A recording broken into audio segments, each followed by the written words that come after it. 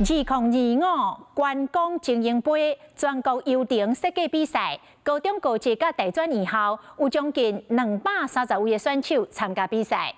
讲若照迄个设计游艇落去行，会当甲台湾算透透。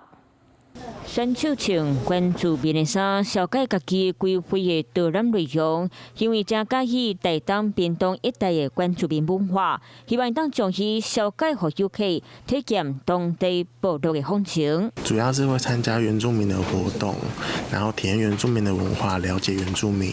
这组是带咱来了解南投、日月潭、中华岛港等等地区，希望向国内外阿公阿嬷来一撮深度旅游。好像是有一些规划银发族的国内旅游产品，那也都可以展现出我们台湾有各种观光资源以及各种这个观光的优势。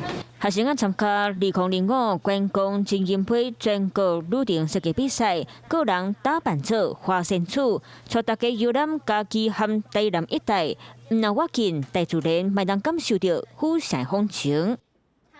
Hello， 我是张新文。想要抢先掌握最及时的新闻资讯吗？赶快订阅、按赞、开启小铃铛，锁定华视新闻 YouTube 频道。